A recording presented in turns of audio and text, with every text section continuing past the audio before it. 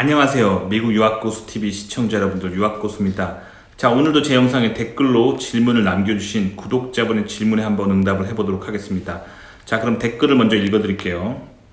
안녕하세요. 항상 영상 잘 보고 있습니다.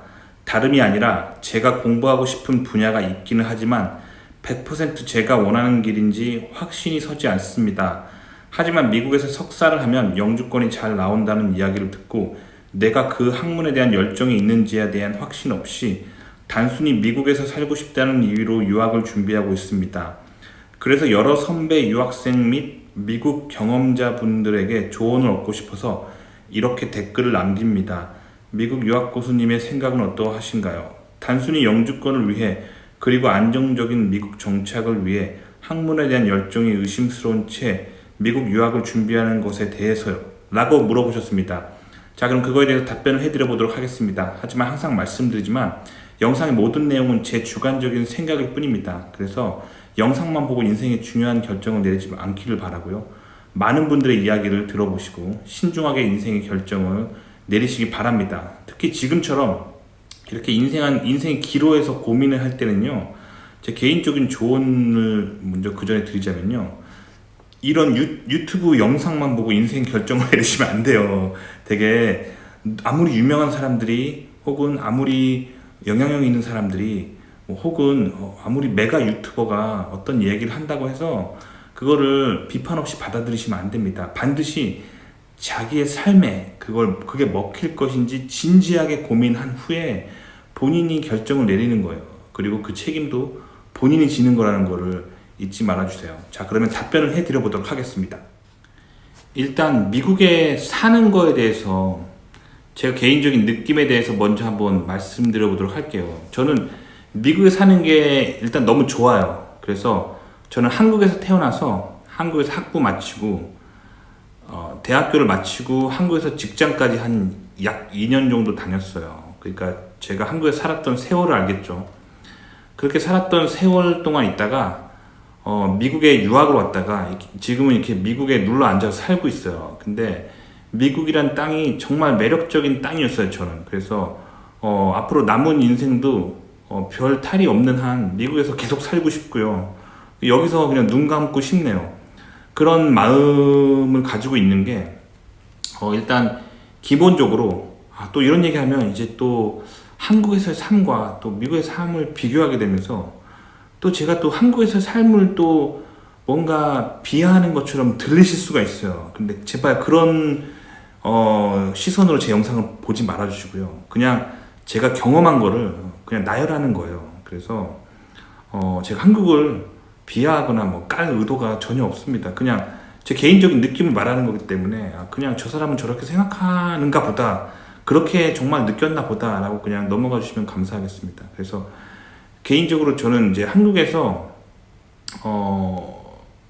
살아갈 때 가장 좀 제가 한국에서의 삶에서 불편했던 거는 일단 첫 번째로 직장이란 거를 이제 다니게 되면서 뭔가 이제 한국 사회가 과로하는 사회라는 거를 좀 알게 됐어요. 그러니까 한 사람이 감당해야 될 일이 있으면 그거보다 많은 일을 해야 돼요. 그래서 항상 한국 사회에서 제가 이제 직장, 특히 돈을 벌어서 남자로서, 성인 남자로서 돈을 벌면서 살아갈 때 늘 피로감이 있었어요. 그래서 사회 자체가 뭐 요즘은 많이 나아졌다고 하지만 제가 한국에 살 때까지만 해도 웬만한 직장들은 늘 야근이 있고 주말 근무가 있었고, 그리고 직장 안에서 한 사람이 감당하기 힘든 일을 한 사람이 감당해야만 했었어요. 그래서 그거에 대한 좀 피로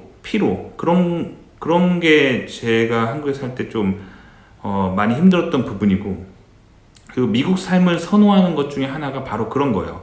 저녁이 있는 삶, 워크 앤 라이프 밸런스. 그래서 미국에서는 아무리 뭐 큰 대기업을 다녀도 물론 대기업이 하는 일이 뭐 설렁설렁하지 않죠. 되게 전문적인 기술을 다루는 그런 엔지니어링 대기업을 다니고 있어요. 그래서 뭐 일이 막 대충 할 수 있는 일은 아니에요. 그런데 그 일 자체가 한 사람이 할 수 있는 분량 이상으로 주어지질 않아요. 그래서 워크 앤 라이프 밸런스가, 제가 미국 땅에서 일을 하는 난 워크 앤 라이프 밸런스가 되게 좋았어요. 그래서 미국에서 살면 웬만하면 아침 9시 이후에 일을 시작하고, 그 이전에는 잘 일을 시작해 본 적이 거의 없어요. 그리고 웬만하면 저녁 5시 전에는 일을 다 끝내고, 저녁 5시 이후에 일해본 기억이 별로 없습니다. 거의 없는 것 같아요, 미국 살면서.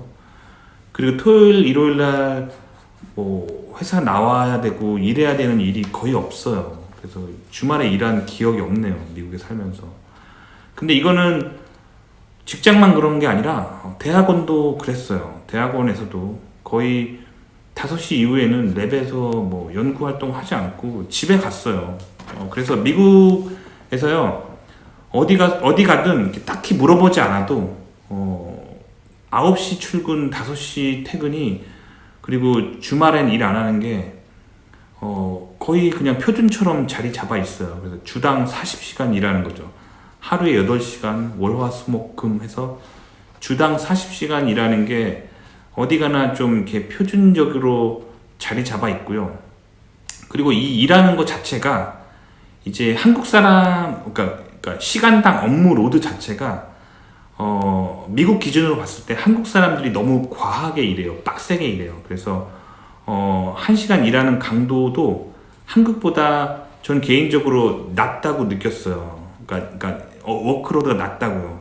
그래서 미국에서 시간당 일하는 빡셈의 정도도 미국에서 일하는 게 훨씬 수월했어요. 그래서 전반적으로 그런 널널하게 사는 삶, 저녁이 있는 삶, 주말이 있는 삶, 그리고 명절일 때는 다시 꼬박꼬박 쉬어주고, 미국 빨간 날 꼬박꼬박 쉬어주고, 그래서 전반적으로 그렇게 내 삶을 좀 즐길 수가 있는 거, 그래서 취미생활 같은 거를 더 할 수가 있고, 그런 것들이 전반적으로 미국 생활에서의 삶의 만족도가 높은 이유가 그런 거죠. 그런 거고, 그리고 두 번째로 미국 사회에서 좀 많이 살면서 좋은 점은 경쟁 사회가 아니라는 거예요. 그래서 이게 한 가지 여러분들이 오해할 수 있는 건데, 한국 언론들이 이제 미국의, 주로 여러분들 엔지니어시니까 미국의 엔지니어링 기사들을 많이 접하실 거잖아요. 그래서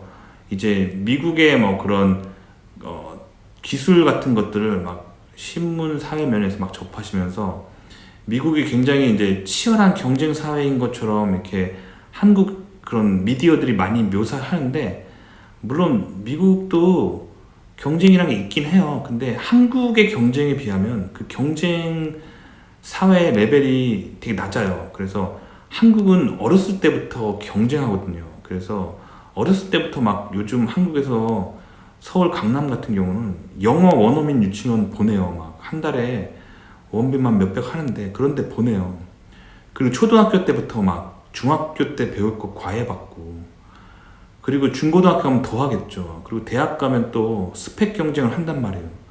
어학연수 꼭 가져야 되고, 이렇게 사람들과 경쟁하는 게 되게 심해요. 그래서 한국에 직장 다니면 또 승진이랑 이런 거 가지고 고가 가지고 경쟁이 되게 심해요. 그래서 한국은 경쟁 사회예요. 근데 미국은요, 이 경쟁하는 게 좀 낮아요. 그래서 미국 고등학생들 보면요, 집에 일찍 일찍 집에 와요. 퇴근이란다. 일찍 집에, 방과 후에 집에 일찍 와요. 보면은 한 2시, 3시 되면 그냥 고등학생들이 다 집에 오는 것 같아요.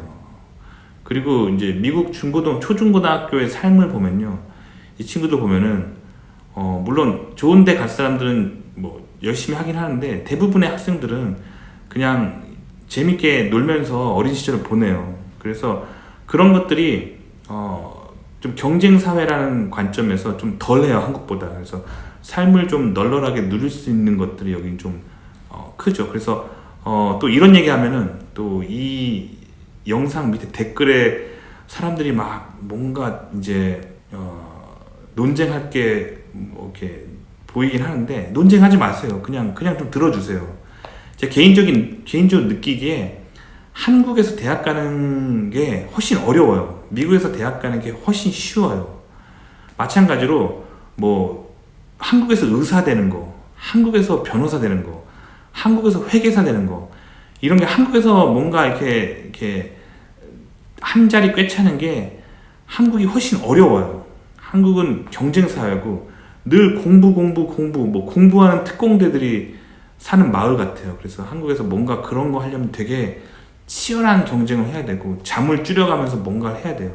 근데 미국은 뭐 그런 거 있잖아요. 뭐 미국에서 의사 되기, 미국에서 변호사 되기, 뭐 미국에서 회계사 되기, 뭐 미국에서 박사 되기, 이런 게 사실 제 개인적인 생각으로 미국에서 이런 거 되기가 더 쉬워요.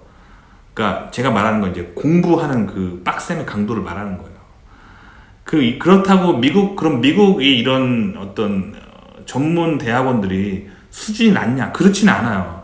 아카데미컬하게 수준은 높지만 제가 말하는 거는 치열하게 다른 사람하고 막 이렇게 1점, 2점 막 경쟁하면서 막 이렇게 치열하게 다른 사람 눈치 보고 막 이렇게 잠 줄여가면서 막 이렇게 뭐 빡세게 살아가는 그런 게 미국은 별로 없다는 거예요. 그래서 미국에서 그런 면에서 더 쉽다는 거예요. 아카데미컬하게 낮진 않아요. 아카데미컬하게 되게 수준 높아요. 미국 전문 대학원들은 배울 게 많고 그렇긴 하지만 제가 박사과정 때 돌아보면요, 미국에서 랭킹 10위 정도 하는 되게 좋은 대학교 박사과정이었음에도 불구하고 저는 오전 한 9시 이후 뭐 9시 반 뭐 나중에 박사과정 말년 때는 아침 한 10시에 랩에 출근하고 그랬어요. 그리고 오후 한 4시 반에는 집에 갔어요. 그리고 주말에는 쉬어주고요. 뭐 그렇게 널널하게 막 남과 치열하게 경쟁하는 게 아니라 공부하는 것 자체를 되게 즐겨하면서 인조해하면서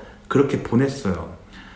그렇지만 그렇다고 해서 그 아카데미컬한 수준이 낮았던 건 아니에요. 수준 높았지만 제가 무슨 말 하는지 알겠죠? 그 삶 자체가 막 치열하게 막 잠 줄여가면서 다른 사람과 경쟁하려고 그렇게 살지 않았다는 거예요. 그래서 이렇게 좀 널널하게 자기의 어떤 전문적인 분야를 인조이하면서 살 수 있는 그런 게 되는 미국 사회가, 저는 그런 게 좋아서 미국에 살고 있어요. 그래서 미국의 삶이 이런 게 되게 매력적이에요. 그리고 또 한 가지 미국 삶의 매력적인 거는 미국 자체 안에, 국내 안에도 관광지가 되게 많다는 거예요. 그래서 뭐 대도시 사시는 분들은 대도시 주변만 자동차로 돌아다녀도 뭐 세계적인 관광지들이 꽤 있으니까요.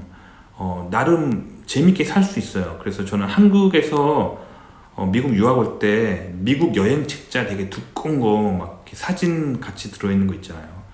그런 거 하나 가지고 있어요. 그래서 미국에 살면서 주말에 그냥 제 자가용으로 여기저기 이렇게 관광 다니면서 사는데, 외국인 출신인 저에게 있어서 미국에서의 이런 소소한 짧은 여행들이 저에게는 막 주말마다 해외여행 다니는 것 같은 느낌이에요. 그래서 미국에 산지 꽤 오래됐는데도 아직도 미국에서 이렇게 짧은 여행 다니는 거 되게 재밌어요. 그래서 여러 가지 봤을 때 미국에서의 삶에 저는 되게 만족을 해요. 그래서 지금 질문자께서 물어보신 것처럼 미국 정착, 미국에 살기만을 위해서 이렇게 미국에 건너올 생각을 하는 거, 그 루트로서 뭐 석사 정도 생각하는 거 저는 되게 괜찮게 생각해요. 그래서 미국에서의 삶 자체가 누릴 수 있는 게 되게 많기 때문에 미국에서 건너오려고 하시는 그 마음에 대해서 저는 존중해 드려요.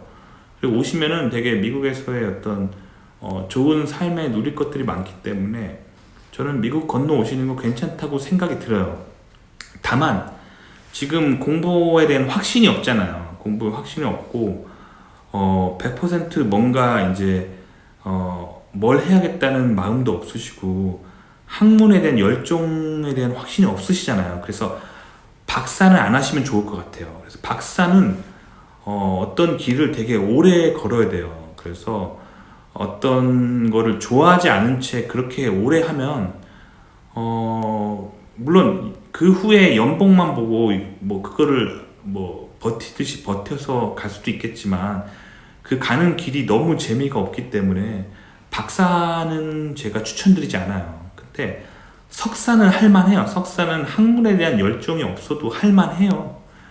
왜 그러냐면 박사에 비해서 석사는 그 기간이 짧잖아요. 근데 저 같은 경우는 석사를 하는데 약 2년, 2 아카데믹 이어를 쏟아부었고, 박사를 하는데 약 4 아카데믹 이어를 쏟아부었어요. 그러니까 8월에 입학, 5월에 졸업이니까 저는 석사를 1년 9개월 한 거죠. 그러니까 1년 9개월이면 금방 가잖아요. 그래서 뭐 본인이 학문에 열정이 없고 뭐 확신이 없어도 1년 9개월 정도는 버틸 수 있어요. 본인 이렇게 한국에서 지금 학부 정도 나오신 거잖아요. 혹은 학부 학생이신 것 같기도 하고, 그렇기 때문에 뭐 학부 4년도 버티셨는데 뭐 석사 1년 9개월은 금방 가요. 그래서 학문에 대한 큰 열정이 없어도 하실 수가 있어요, 석사는. 그래서 학부 때랑 뭐 큰 차이 없어요. 그래서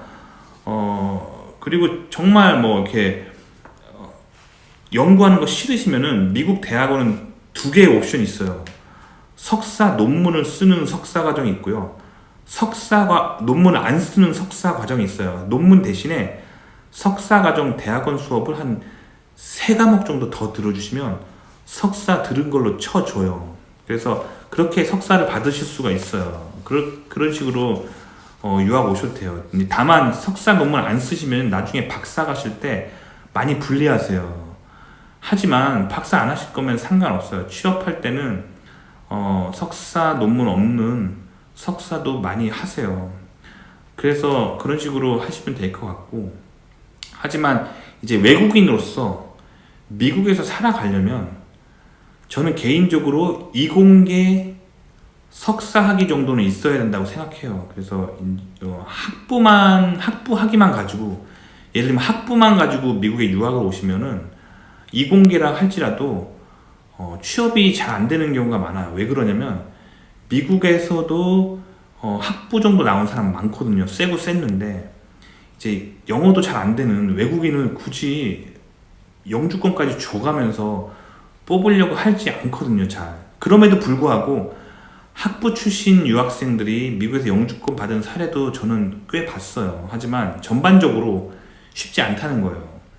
그리고 인문계는 사실 이공계보다 더 힘들어요. 그래서 이공계 출신으로 이렇게 미국에서 살아남는 것도 쉽지가 않은데 인문계는 더 쉽지가 않아요. 왜냐면 영어가 주된 과목이잖아요, 인문계는. 그래서 이제 미국 네이티브 스피커들과 인문계 쪽에서 경쟁하는 거는 정말 쉽지 않거든요.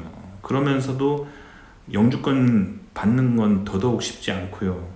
그럼에도 불구하고 인문계 출신 중에서 학부만 유학해서 미국에서 살아남은 분을 본 적이 있긴 있어요. 하지만 전반적인 트렌드를 말하는 거 아시겠죠? 그래서 이공계 석사 정도는 있어야 미국에서 살아남기 수월하다고 생각해요.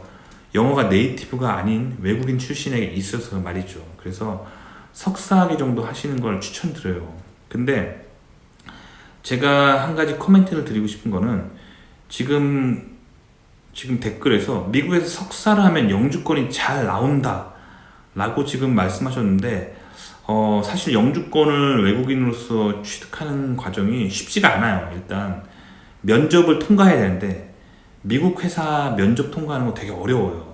왜 어렵냐면 한국처럼 뭐 대학교 좋은데 졸업장과 좋은 학점만 있으면 취업이 되는 게 아니라 미국은 면접이 되게 까다로워요. 그래서 보통 면접 본다고 하면은 하루 종일 봐요. 아침 9시부터 면접이 시작돼서 저녁 5시까지 뭐 1시간에 면접관 한 명씩 들어와서 정말 디테일한 어떤 과학의 근본적인 어떤 원리에 대해서 깊이 물어봐요. 그거를 통과하기가 사실 쉽지가 않아요. 그리고 어떤 회사들은, 좀 까다로운 회사들은 이틀에 걸쳐서 면접을 보기도 합니다. 그렇기 때문에 미국 면접 프로세스를 통과하는 거 정말 쉽지가 않고요. 그리고 그걸 통과해서 영주권까지 서포트 받는 거는 더더욱 쉽지가 않아요. 미국에 취업이 됐다 하더라도, 회사에서 영주권 서포트를 해준다 하더라도, 제 개인적인 경험상, 참고로 제가 뭐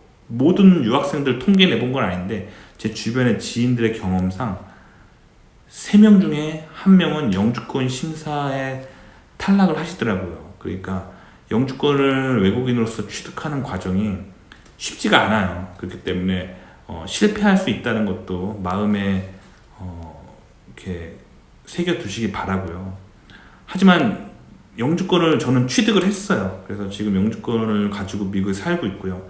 많은 한국인 유학생들이 미국에서 영주권을 받고 그 후에 시민권으로 가는 루트를 밟으시고요. 또 많은 한국인 유학생들이 미국 대기업에 많이들 계세요. 그렇기 때문에 희망을 가지시라는 말을 드리고 싶습니다. 그래서 저는 단순하게 미국에서 살고 싶다는 목적만으로 미국에서 석사하는 거에 대해서 저는 괜찮다고 생각해요. 미국에서 삶이 저는 굉장히 만족하기 때문에 그걸 위해서 석사하는 거는 저는 괜찮다고 봐요. 그리고 엔지니어링 혹은 이공계, 뭐 사이언스 쪽으로 석사학위를 한 후에 미국에 정착하는 방법이 가장 뭐랄까 깔끔하게 미국에 정착하는 방법이 아닐까 싶어요. 석사학위 한 후에 미국에서 직장 잡아서 영주권 받고 그 직장 계속 다녀두면서 사는 거 괜찮은 것 같아요. 제가 미국에서 이제 한인들을 이제 많이 만나거든요. 미국에 살다 보면 뭐 한인들을 안 만날 수가 없죠. 그래서 한국 사람들이 미국 와서 살고 있는 케이스를 보면요. 근데 한 가지 좀 제가 말씀드리고 싶은 건 있어요. 일단 석사학위만 가지고 오는 거는 괜찮은 플랜이에요. 괜찮은 플랜인데 이제 미국에서 살고 있는 한인이라는 이 특수 집단에 대해서 좀 얘기를 해드릴게요. 자, 이 얘기를 또 하는 순간 혹시라도 또 한국에서 오셔가지고 미국에서 살고 계신 분들이 또 이 영상 보면서 또 온갖 이상한 악플과 이상한 댓글 달게 예상되지만 항상 말씀드리지만 저는 그런 거 별로 신경 안 써요. 그냥 제가 하고 싶은 말을 그냥 마음에 있는 얘기를 진솔하게 할 뿐이고 경험을 그냥 나눠드릴 뿐이고 그걸 뭐 이상하게 악플 다는 사람 있으면 악플 뭐 그냥 소송 걸면 되는 거고요. 뭐 그래요. 그래서 그냥 있는 얘기 그대로 하는 사람이에요. 근데 자, 그래서 일단 미국에서 제가 봤을 때 미국의 한인들이 한국에 살고 있는 한국 사람들하고 그 집단이 굉장히 달라요. 어떻게 다르냐면, 자, 통계적으로 그냥 제가 제가 실제 통계 내본 건 아니지만 경험적으로 통계를 내본다면 한국에서 살고 있는 사람을 보면요, 학벌이 안 좋은 사람이랑 학벌이 정말 좋은 사람이랑 골고루 분포해요. 그래서 이쪽이 학벌 안 좋은 사람, 이쪽이 학벌 좋은 사람, 이렇게 정규 분포로 나타낸다면 뭐 요렇게 그래프가 되겠죠. 그래서 가운데 학벌 적당한 사람이 제일 많고 학벌 안 좋은 사람 이렇게 소수 있고 학벌 진짜 좋은 사람 소수 있고 뭐 요게 보통 정상적인 어떤 정규 분포로 항상 뭐든지 나타나는 분포잖아요. 그런데 미국은요 이 중간 계층이 없어요. 그래서 아웃라이어들의 세상이에요. 미국에 사는 한인들. 그래서 미국 한인들의 학벌을 이렇게 경험적으로 이렇게 조사를 해보잖아요. 그러면 박사 아니면 진짜 밑바닥 인생 두 부류밖에 없어요. 그 중간 계층이 없어요. 보면은 그게 한국에서 살고 있는 한국인들과 이 미국에 살고 있는 한인들 간의 가장 큰 어떤 그런 차이라고 저는 생각해요. 그래서 미국에서 살다 보면요 박사도 진짜 많아요. 한인 사회에 여러분이 만약에 소속돼서 한국인을 만나고 다니잖아요. 박사가 진짜 많아요. 여러분들이 한국에서 박사 만나기가 쉽지 않잖아요. 근데 미국에서 한인을 만났다 하면 2명 중에 1명은 박사예요. 그러니까 그렇게 박사가 많아요. 박사가 진짜 많아요. 왜냐면 유학을 왔다가 정착하는 사람들이 많기 때문에 박사가 많아요. 그래서 정말 아웃라이어들이죠. 반면에 2명 중에 1명은 박사라고 했죠. 근데 2명 중에 1명은 진짜 밑바닥 인생이에요. 그러니까 한국에서 여러분들이 만나기 쉽지 않은 그런 밑바닥 인생들이 미국에 많이 살아요. 죄송해요. 들으시는 분들 되게 기분 나쁠 것 같은데 왜 미국에 많이 사냐면 한국에서 밑바닥 인생을 사시다가 그 더 내려갈 수 없는 절망의 끝을 경험한 분들이 이런 생각을 많이 하세요. 한국에서 이렇게 인간 이하로 밑바닥 인생을 살 바에 나 미국에 가를 건너갈래. 그래서 어차피 밑바닥 인생 살 거 잘 사는 나라 밑바닥 인생 살래 하고 미국에 건너온 사람들이 많아요. 그래서 이런 분들이 어떻게 그럼 영주권을 따냐? 박사들은 박사들대로의 길이 있죠. 박사 따고 영주권 따고 뭐 대기업 가서 이렇게 영주권 취득하고 뭐 이런 루트를 밟죠. 이 박사들은. 근데 이 밑바닥 인생 분들은 계속 밑바닥 인생이라고 표현해 죄송한데 딱히 표현할 말이 없어서 뭐 더 괜찮은 말이 있으면 조언해 주시면 감사하겠습니다. 근데 어쨌든 이 밑바닥 인생들은 어떻게 오냐면 보통 미국에 닭공장이라고 있어요. 그래서 여러분들 먹는 닭, 치킨. 근데 미국 사람들이 닭을 되게 많이 먹어요. 닭을 생산해야 될 거 아니에요. 살아있는 닭을 죽여서 도살을 해서 그 생닭을 만들어서 이제 이렇게 프라이드 치킨 회사 같은 데다가 납품을 해야 될 거 아니에요. 그런 거 만드는 닭 공장이에요. 정말 그 닭을 도살해서 그 포장해서 파는 그런 공장이에요. 근데 딱 들어봐도 미국 사람들이 이런 거 기피할 것 같죠. 생닭을 죽이는 게 물론 막 도끼나 칼 들고 막 그게 죽이는 거 아니에요. 요즘 현대 그런 닭공장 치킨 팩토리들은 그 푸드 프로세싱을 할 수 있는 장비들이 다 있죠. 하지만 기본적으로 그 업의 특징이 죽은 동물을 그 푸드 프로세싱을 해야 된다는 거죠. 그렇기 때문에 이게 사실 쉬운 일 아니에요. 3D 업종 중에 하나죠. 그래서 미국인들이 잘 안 하려고 해요. 그래서 이런 데는 이런 거를 이제 딱히 기술도 없어도 돼요. 그냥 취업해가지고 그냥 그 회사에서 시키는 대로만 하면 되는 거예요. 당연히 이제 기술도 없고 뭐 지식이 필요한 게 아니기 때문에 비숙련 영주권에 속하는 거죠. 그래서 이런 걸로 그냥 다 넘어와서 미국에서 영주권을 딴 다음에 그 다음에 이제 미국에 정착을 하시는 분들이 꽤 있어요. 그 다음에 이제 영주권만 있으면 그때부터는 뭘 해도 상관없기 때문에 그 후에 본인 뭐 하고 싶은 걸 하세요. 뭐 슈퍼마켓을 하시든지 뭐 세탁소를 하시든지 아니면 뭐 조그마한 비즈니스를 하시든지 뭐 빵집을 하시든지 본인 하고 싶은 거를 그렇게 하신단 말이에요. 그래서 이렇게 오시는 분들이 되게 많아요. 그래서 미국에서 사는 한인들은 이 양극이라는 거, 박사 아니면 밑바닥 인생, 요 두 부류의 극단적인 분포가 있어요. 그래서 지금 석사를 받고 미국에 이제 사시면 이제 본인이 좀 애매하죠. 왜냐면 아예 박사가 있으면 이제 약간 박사들은 약간 박사들끼리 노는 그런 분위기가 좀 있어요. 왜냐면 서로 뭐 박사 아닌 사람은 만나고 싶지 않아 그런 건 아니고요. 뭐냐면 서로 동질 집단이기 때문에 서로 뭐랄까 좀 이렇게 본인들의 커리어를 좀 공유할 수 있기 때문에 서로 뭐 인맥을 형성하고 뭐 그런 것도 있고 그래서 박사들끼리 주로 같이 모여 있는 경우가 많아요. 그리고 또 요런 밑바닥 계신 분들은 어차피 한인들이기 때문에 그 미국 주류 사회 있잖아요. 그러니까 다시 말하면 미국의 뭐 대기업 아니면 뭐 미국의 뭐 변호사, 의사, 뭐 회계사 이런 주류 사회에 어차피 진출을 못 하시기 때문에 그냥 한인 위주로 상권을 형성하시면서 그냥 자기들끼리 또 끼리끼리 살아요. 그렇기 때문에 이제 석사 마치고 오시면 이제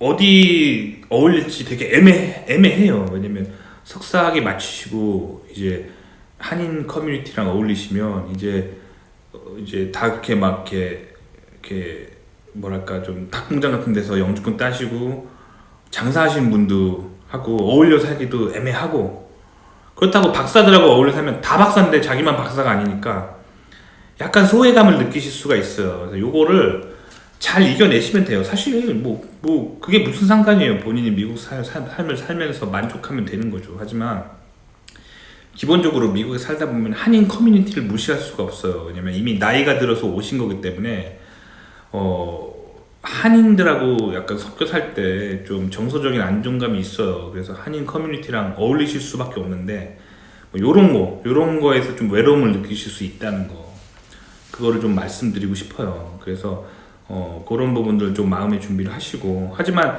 석사만 마치고 또 미국에 이렇게 사시는 분들도 꽤 있어요. 꽤 봤거든요. 그래서 그런 분들이 있기 때문에 그렇게 사시는 것도 나쁘지 않다는 거 말씀드리고 싶네요. 지금 현재 전공이 제가 뭔진 잘 모르겠지만 미국 대학원으로 유학을 가신다면 지금 어차피 어떤 학문에도 열정이 없으신 거잖아요. 그래서 웃어서 죄송한데 웃음을 제가 못 참는 버릇이 있어요. 근데 어쨌든 뭘 해도 지금 열정이 없으신 그런 상황이잖아요. 그래, 뭘 해도 열정이 없다면 취업이 제일 잘 되는 걸로, 그리고 제일 노력한 거 대비, 그러니까 그 일을 하기 위해 앉아있는 시간 대비 돈을 제일 많이 주고 영주권도 제일 잘 나오는 걸로 하시는 게 좋을 것 같잖아요. 그렇지 않나요? 그래서 뭘 해도 다 재미가 없으신데 석사는 이공계로 해야 되신다고 한다면 제가 추천드리는 거는 컴퓨터 사이언스예요. 컴퓨터 사이언스를 왜 추천드리냐면, 또 컴퓨터 사이언스 하시는 분들 기분 나빠하시지 마시고요. 제 개인적인 견해일 뿐이에요. 다른 이공계 전공들 있잖아요. 뭐 물리학, 뭐 기계공학, 전자공학, 화학공학, 뭐 토목 이런 건요. 수학에 대한 그런 깊은 이해가 좀 있어야 돼요. 그리고 물리에 대해서도 좀 깊이 공부를 해야 되고, 실험이라든가 뭐 그런 거를 하려면 아무래도 좀 공학적으로 에너지가 많이 들어요. 그런데 그거에 비하면 컴퓨터 사이언스는 이렇다고 컴퓨터 사이언스가 수준이 낮다는 얘기 아니에요. 그런 얘기 아닌 거 알죠? 컴퓨터 사이언스는 인문계에 계신 분들조차도 조금만 노력을 하면은 금세 따라잡을 수 있는 분야가 컴퓨터 사이언스예요. 그래서 심지어 대학을 안 나오고도 학원만 잘 다녀주는 것만으로도 어느 정도 실력을 가질 수 있는 게 컴퓨터 사이언스거든요. 그래서 컴퓨터 사이언스를 추천드려요. 그래서 지금 전공이 뭔지 모르겠지만 가급적 컴퓨터 사이언스를 좀 그쪽으로 뭐 학원을 다니시든지 뭐 그렇게 해서 좀 배워보세요. 그 다음에 그쪽을 좀 틀어서 그쪽 대학원으로 가보세요. 그래서 그거는 준비하긴 나름이거든요. 본인 준비하기. 그래서 심지어 인문계에서 뭐 경영학이나 뭐 경제학 혹은 그냥 일반 인문학을 하시던 분들조차도 학원 좀만 다닌 다음에 컴퓨터 프로그래머로 취업이 가능할 정도로 컴퓨터 사이언스는 별 배경 지식 없이 시작했을 때 이공계에서 가장 빨리 성공할 수 있는 그런 학문이에요. 그래서 컴퓨터 사이언스를 추천드리고요. 실제로 제가 아는 분이 계시는데 또 컴퓨터 사이언스 하시는 분들 기분 나쁘게 듣지 마시고요. 또 그냥 제 아는 얘기를 공유해 드리는 거예요. 제가 아는 한인 아주머니가 계세요. 근데 남편이 이제 박사여가지고 같이 따라서 유학 온 거죠. 그래서 남편은 지금 미국 대기업에 다녀요. 되게 좋은 그런 미국 대기업에 다녀요. 그 IT 쪽으로 되게 유명한 대기업에 다녀요. 그리고 이분 와이프분은 한국에서 그런 문학을 하셨어요. 그래서 뭐 이렇게 소설 쓰고 뭐 시집 쓰고 뭐 그런 거 취미로 하시고 뭐 그런 분이셨어요. 그런 분이 미국에 와서 이제 남편이 벌어오는 것만으로 살아야 되는데 이제 자녀가 여러 명 생기다 보니까 돈도 많이 들고 하니까 본인도 이제 미국에서 일을 하고 싶다는 생각이 든 거예요. 근데 이제 미국에서 지금 외국인으로서 영어도 잘 못하시는데 이제 본인이 하던 인문학을 미국에서 하면 영어로 소설 쓰고 영어로 시집 내서 언제 돈 벌어요. 그래서 이분이 어떻게 하셨냐면 미국에서 그냥 전문대 같은 걸로 그런 컴퓨터 사이언스 쪽으로 하셔가지고 뭐 컴퓨터 사이언스가 뭐 굳이 뭐 박사, 석사 뭐 그런 사람만 하는 게 컴퓨터 사이언스는 아니에요. 뭐 그런 사람들은 또 박사 레벨에 석사 레벨의 뭐 그런 어드밴스한 일을 하지만 이분은 어차피 남편 때문에 영주권이 있기 때문에 전문대 정도 그런 컴퓨터 사이언스 나오셔서 딱 취업하기 딱 좋아요. 그래서 그 정도 레벨에서 그 정도 연봉 딱 기대하고 쉽게 취업이 되는 게 컴퓨터 사이언스거든요. 근데 이제 제가 추천드리는 거는 이제 미국에서 할 때 영주권 취득을 하기 위해서 이분 같은 경우 아까 말씀드린 분 같은 경우는 남편을 통해서 같이 영주권을 받았기 때문에 별 문제가 없지만 그러니까 본인이 혼자 영주권을 따야 되는 상태라면 석사학위 정도는 있어야 된다는 거죠. 그래서 석사 정도 따서 그래서 컴퓨터 사이언스 쪽으로 가시면 좋을 것 같아요. 그리고 컴퓨터 사이언스를 좀 더 좀 널널하게 하고 싶다 하시면 지금 열정이 없으시다니까 제가 드리는 말씀이에요. 열정이 없으시면 쉽게 사는 게 좋잖아요. 어차피 열정이 없는데 뭘 좋아하는 게 없는데 그러면 쉽게 사는 게 좋잖아요. 그래서 말씀드리는 거예요. 컴퓨터 사이언스 같은 거 하면은 아무래도 첨단 IT 회사 같은 데는 뭐랄까 최첨단 트렌드를 막 이렇게 익히면서 빠르게 막 경쟁하면서 나가야 될 그런 일들이 있어요. 그렇기 때문에 첨단 쪽으로 첨단 기술 쪽으로 컴퓨터 사이언스 같은 거를 적용하는 분야는 좀 피하시고요. 제가 추천드리는 방법은 컴퓨터 사이언스 쪽을 병원에 응용하는 방법이 있어요. 그래서 요즘 병원에서 환자 그 병 기록 있잖아요. 뭐 어떤 약물을 처방받았고 뭐 어떤 과거 병력이 있고 뭐 이런 거를 컴퓨터 사이언스로 막 이렇게 빅데이터로 분석해 가지고 이 사람이 나중에 뭐 병이 언제쯤 재발할 거다 막 이런 거를 컴퓨터 프로그래밍적으로 이렇게 통계적으로 분석하는 그런 업무들이 있어요. 이런 건 병원에서 주로 일하는 건데 병원에서 컴퓨터 프로그래머로서 일하는 거죠. 그런데 이게 병원에서 일하는 게 왜 괜찮냐면 병원 쪽이 원래 좀 페이가 세고 병원 쪽이 원래 다른 업계랑 좀 경쟁을 안 해요. 무슨 말이냐면 만약에 구독자분께서 뭐 스마트폰에 들어가는 뭔가 뭐 앱을 만드는 그런 회사 들어가면 경쟁 되게 치열해요. 왜냐면 스마트폰 이쪽은 굉장히 업계가 빨리빨리 돌아간단 말이에요. 그래서 되게 힘들어요. 뭔가 빨리빨리 따라잡아야 되고 그 요즘 동양에서 막 그런 신종 막 그런 프로그래밍 하는 회사들이 막 생겨나고 있기 때문에 또 동양과 경쟁해야 되고 막 그렇단 말이에요. 근데 이 병원 쪽은 이 병원 내수기 때문에 병원 안에서 이게 굉장히 안정적이면서도 이렇게 뭐 빠르게 돌아가는 뭐 그런 경쟁이 별로 없어요. 그 병원에서 주로 그 만나시는 분들이 뭐 의사 선생님 아니면 뭐 간호사분들 다들 좀 특히 의사분들 굉장히 고상하잖아요. 그런 분들과 상대하는 거기 때문에 막 이렇게 막 업무에 막 찌들리고 뭐 그런 건 없다고요. 그래서 컴퓨터 사이언스 전공하시고 병원 쪽으로 좀 가보시는 거예요. 이쪽 분야를 뭐라 그러냐면 바이오 인포메틱스라고 해요.